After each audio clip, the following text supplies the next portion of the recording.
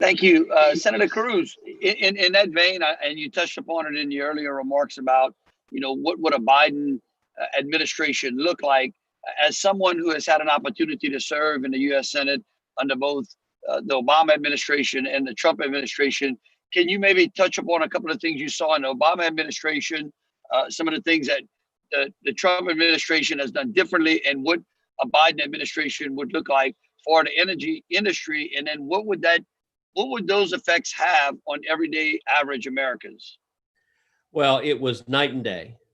With the Obama administration, you saw consistently a deep animosity to energy production. You saw barriers to energy production put forward on federal lands, barriers to energy production offshore. You saw the federal government really weaponized to stop energy production, and it's the zealots driving it. Under President Trump, that has all changed. We have seen dramatic improvements in terms of production in this country, and that in turn means jobs. I'll give an example. During the Obama administration, we were having a debate. President Obama had a proposal nationally to raise the minimum wage federally to $10.10 an hour. And I gave a floor speech on the Senate floor where I had 4 charts behind me. First was $10.10, what the Obama administration was proposing. But the second chart was $0.00 because we had at the time the lowest labor force participation in 40 years. That is a result of the Obama economic policies hammering energy, hammering small business. We had the smallest percentage of Americans working in 4 decades. And what I said is, you know what, the real Obama minimum wage for all the people that don't have jobs is $0.00. If you don't have a job, that's what your minimum wage is. The third number I had on a chart was behind me was $46.98. $46.98 was at that time the average hourly wage of an oil and gas worker in North Dakota. That's the average. And I said, look, it's real simple. We want a whole lot more people making $46.98 an hour and a whole lot fewer people making $0.00 an hour. And then the fourth chart, Jeff, was actually, I think, the most fascinating. So the fourth chart was a map of the United States, broken down county by county. And I had my staff color code each of the counties in America based on whether median income, the average income, had gone up or gone down.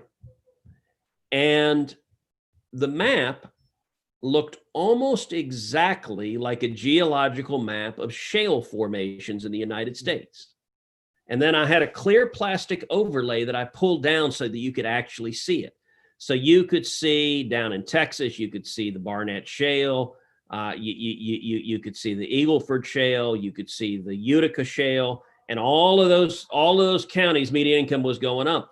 The Marcellus Shale, which is in Pennsylvania, you could see jobs all throughout the Marcellus Shale. But the Marcellus Shale doesn't end at the Pennsylvania-New York border, but the jobs do. And it's because the idiot politicians in New York think New Yorkers don't want jobs. So they banned developing that shale.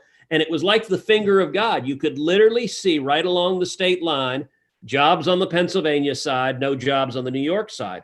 Likewise, the Monterey Shale in California. California has rich shale deposits, but again, the Democratic politicians there won't let you develop them. And so none of those counties had median income going up. Virtually every other county in America that wasn't within those energy exploration areas, median income under Obama had either stagnated or gone down. And by the way, the one big notable exception was Washington, D.C. and the counties around it that were bright green, and they were getting fat and rich and happy because Washington was getting more powerful, but working men and women were getting hurt. What energy is about, what natural gas is about, and low-cost energy is about, is jobs for working men and women. And as extreme as the Obama administration was, the AOCs and Bernie Sanders and Elizabeth Warrens of the party, who are now driving the party, Joe Biden has said they're in charge of energy policy. They make Obama seem mild given their zealotry, and they will endeavor to shut down U.S. energy production, which, by the way, one of the consequences of shutting down U.S. energy production, the environment gets dirtier, because it's not like you're driving a car. It's not like AOC has a solution that you're going to suddenly stick a windmill on the front of your car, Jeff. Your car's still going to move. So if we shut down production in Louisiana, we shut down production in Texas, what we're going to end up doing is importing more energy from foreign countries like Russia, who produce their energy much, much dirtier than we do. So if you want to pollute the environment and make the environment dirtier, then listen to the radicals who want to shut down production, because that ends up hurting the environment badly and destroying a lot of jobs. It's really bad for the country.